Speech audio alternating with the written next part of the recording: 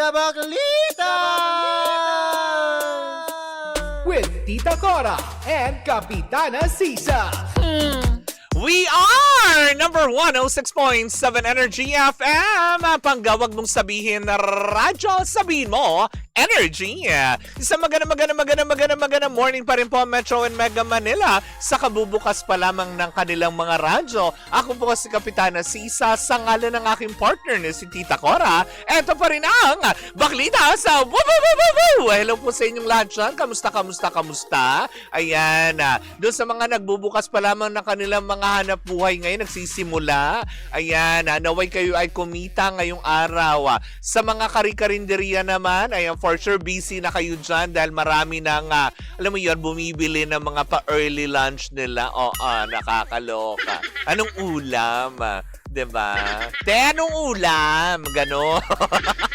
Nai-imagine ko tuloy ngayon, alam niyo yun, yung paksiw na bangus, tapos yung pinakagitna na ang taba-taba, ang sarap ng taba ng bangus in fairness, 'di ba? Tapos yung talagang masabaw siya na patok, taob ang rice cooker doon. Bakit ko nga ba naisip yung paksiw na bangus ngayon? Ginugutom ko ang sarili ko, nakakaloka. Hindi, totoo naman, 'di ba? Kasi nowadays parang, 'di ba, nakakaumay na kumain ng ng katulad niyan sa mga fast food, mga fried chicken, yung araw-araw ka na lang manok.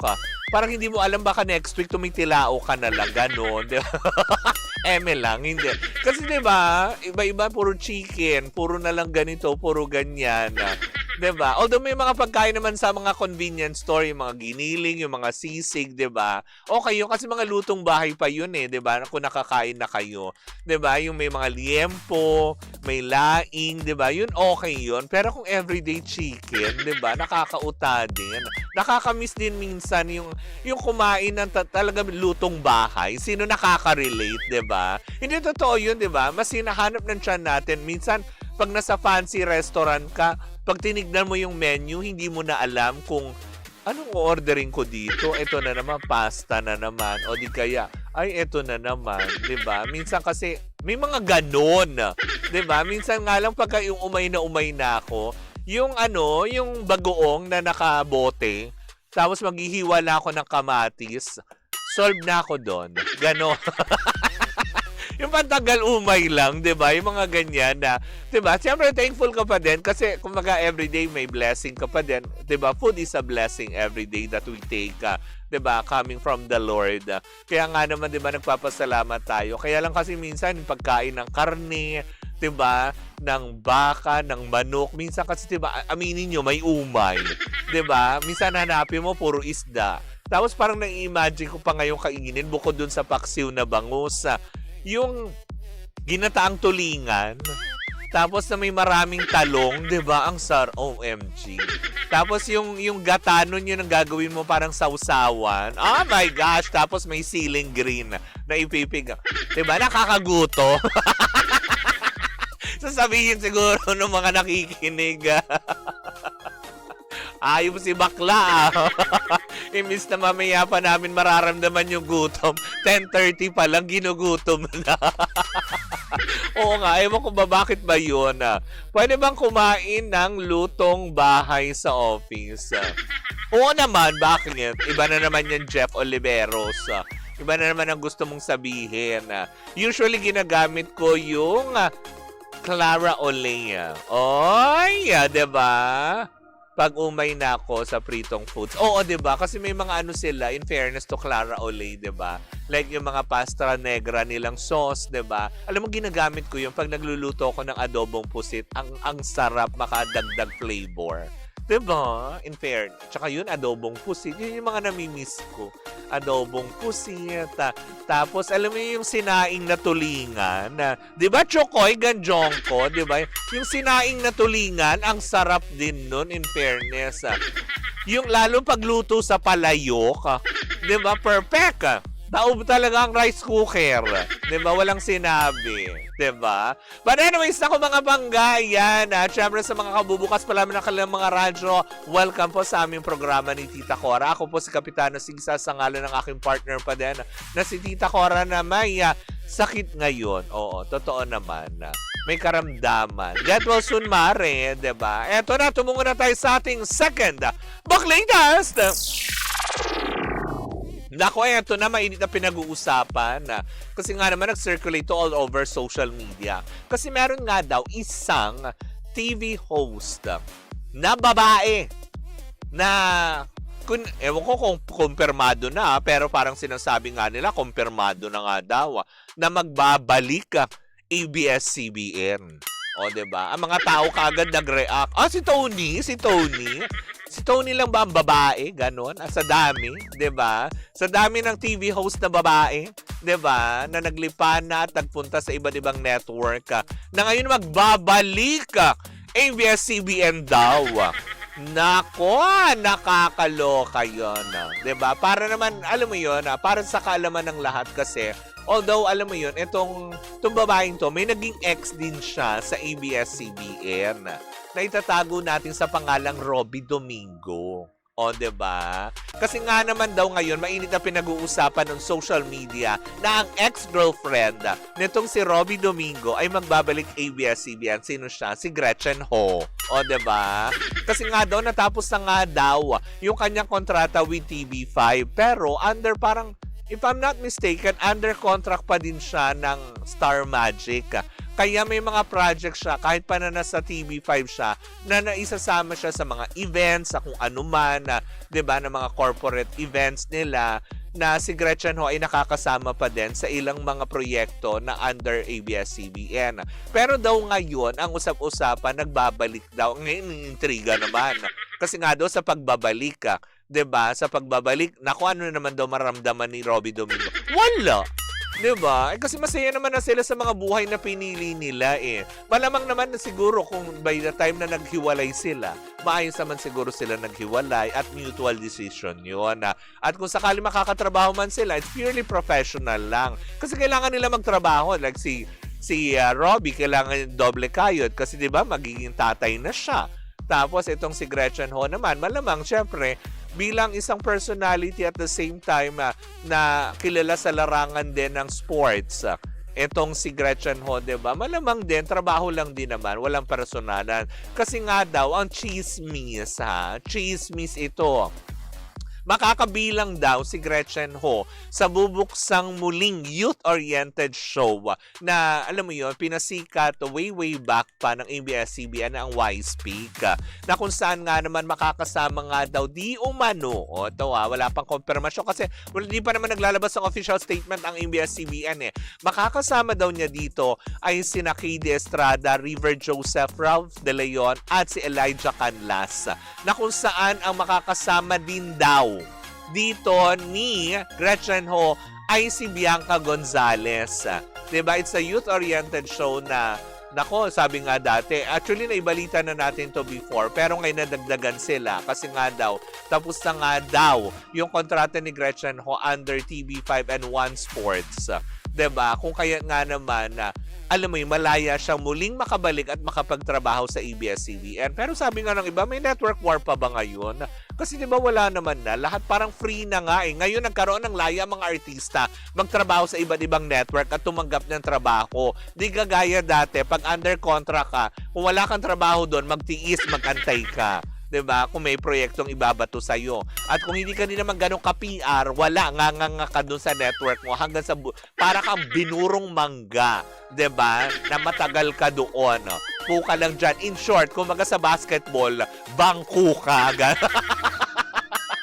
Pero ngayon, alis pa paano, nagkakaroon na ng chance muli ang mga artista magkaroon ng oportunidad na makapagtrabaho sa iba't ibang networks kahit pa under contract sila ng ganitong networks, diba? Which is dapat noon pa nila yung ginawa, diba? Diba? Na parang sana noon pa nabigyan na ng pagkakataon na magkaroon ng collaboration ng bawat network. Kasi at the end of the day, business pa din yan eh. Business as usual. Ibig sabihin, diba, pag negosyo kailangan mong kumita, hindi mo na iintindihin na maging number one ka. Hindi ka gaya dati, diba?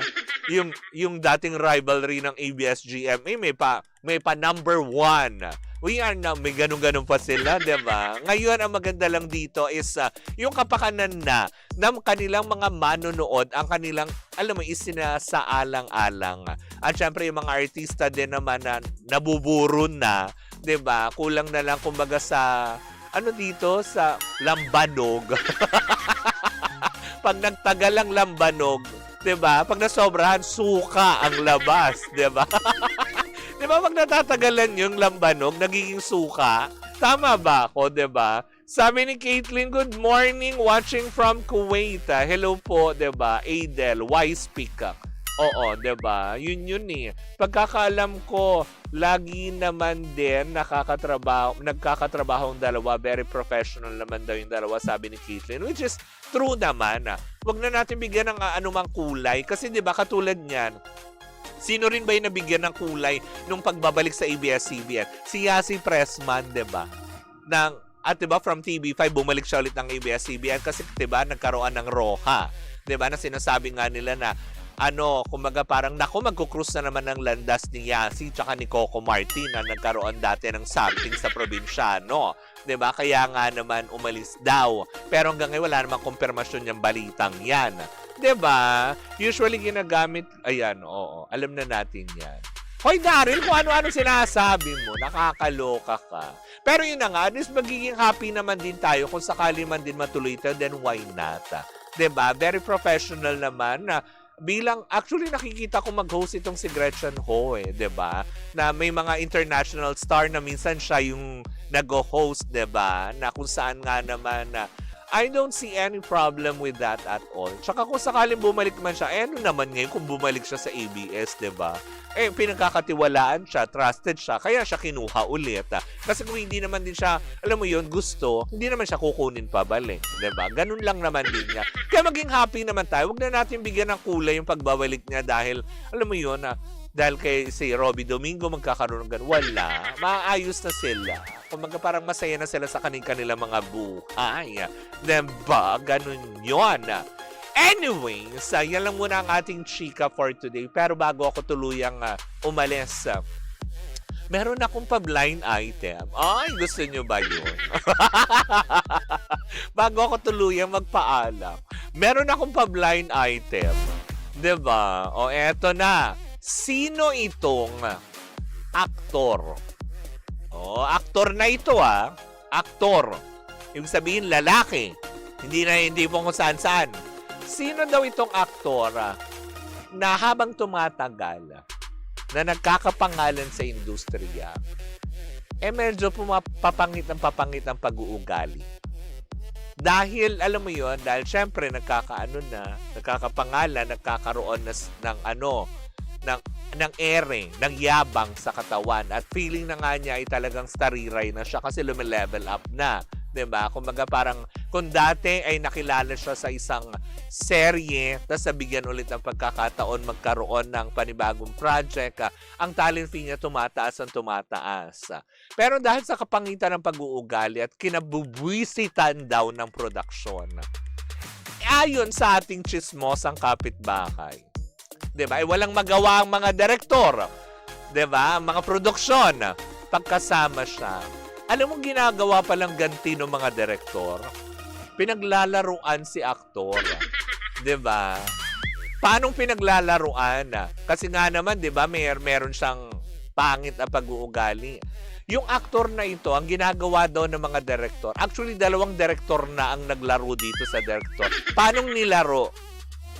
During sa set, kunyari, ang set daw, sa kanyang kinabibilangang serye ngayon, ay indoor.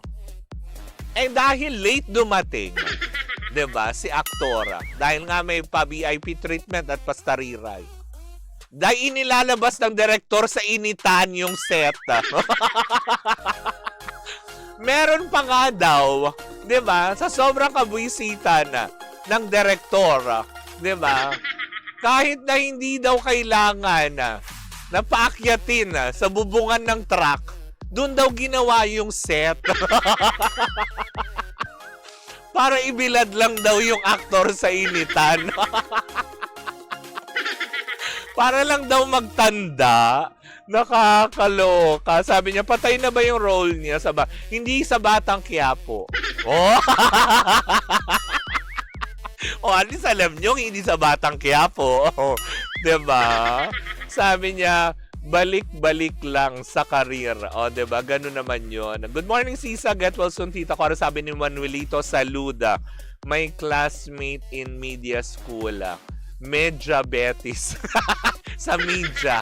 Medja Betis. Balik-balik lang. So, eto na nga, balik tayo. Yun daw yung ginagawa ngayon kasi para lang daw magtanda. Kasi hindi naman daw nila makante kahit yung director, yung production. Kasi nga, diba, kumbaga sinasabi daw nitong, kumbaga, ang bilin ng network, alagaan. Itong si aktor.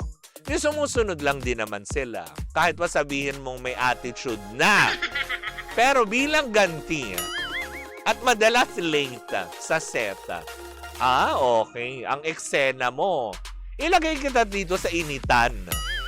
At hindi lang kontento yung direktor. Hindi, paakyatin nyo ng bubong ng truck. Wow! Ginawa niyong daing yung aktor. Nakakaloka. Tapos eto pa. Diba? Eto pa yung nabalitaan ko dito sa aktor na ito. Dahil nga syempre, diba?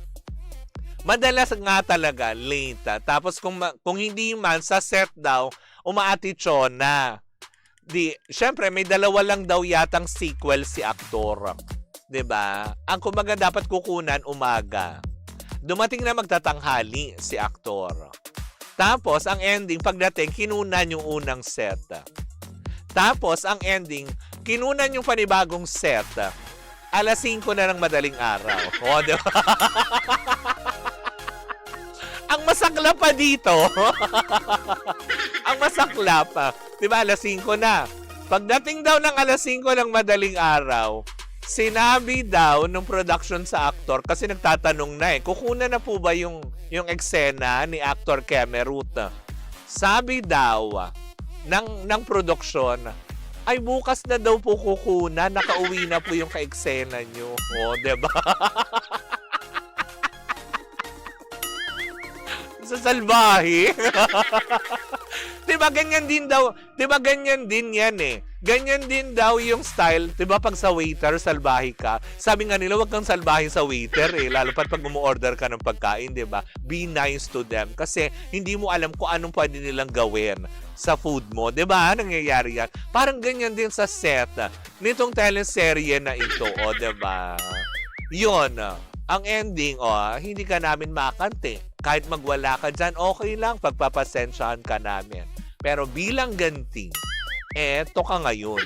O, diba? Wala rin naman magagawa network if ever, diba? Kahit naman magsumbong siya. Totoo naman, kung hindi pa naman talaga kailangan. Umuwi na yung ka-eksena, anong gagawin? Late ka kasi. O, diba? Yung mga ganyan. Diba? Kung hindi BQ, baka sa Roha. Hindi rin sa Roha. Diba? Yun lang yun. Basta masasabi ko lang, yung aktor na ito, diba? Ay parte ng Quezon City. Ganon. Yun na lang yun. Hindi na ako pwede magbigay ng ibang clue, mahuhulaan agad. Anyways, good luck na lang din. And doon dito sa aktor na ito, kung ginawa man niya ng director sa'yo, parang deserve mo naman. Ganon. Deserve mo na mapaglaruan, diba, ng mga director. Kasi dapat man-nice ka din sa kanila. And be professional. Trabaho nyo yan diba? Trabaho nyo na ginusto nyong maging. Pero ang ending, diba, dahil nga syempre nagkakapangalan, umiere, walang ganun. Dapat nakaapak pa din sa lupa ang mga paa. Huwag masyadong lumipad ng pagkataas-taas. Diba? Sabi niya, ang aktor ba ito ay crush si Ann Curtis? Hindi ko alam kung crush niya yun. Parang hindi ko naman din nabalitaan. Diba? Pero ang aktor na ito, yung aktor na ito, yun lang masasabi ko.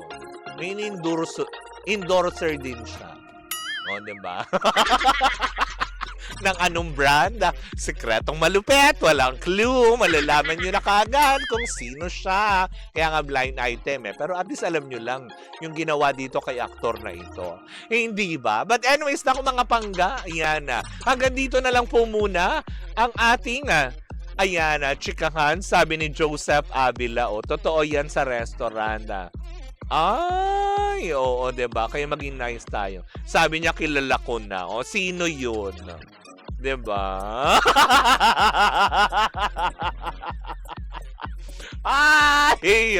Yun lang ang magiging reaction. Wala akong sinabi. Nag-react lang ako.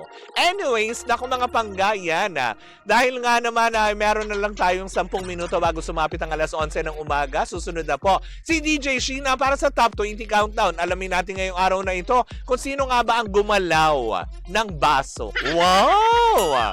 Sino nga ba ang gumalaw sa top 10? Sino nga bang nanatili sa kanilang mga pwesto? Well, sama-sama natin pakatutukan yan sa Top 20 Countdown. Muli po ako si Kapitana Sisa sa ngalan ng aking partner, si Tita Cora. Ito pa rin ang Baklita sa Woo! At tuloy-tuloy pa rin po ang ating tugtugan. Dito po lamang yan sa number 106.7 Energy FM.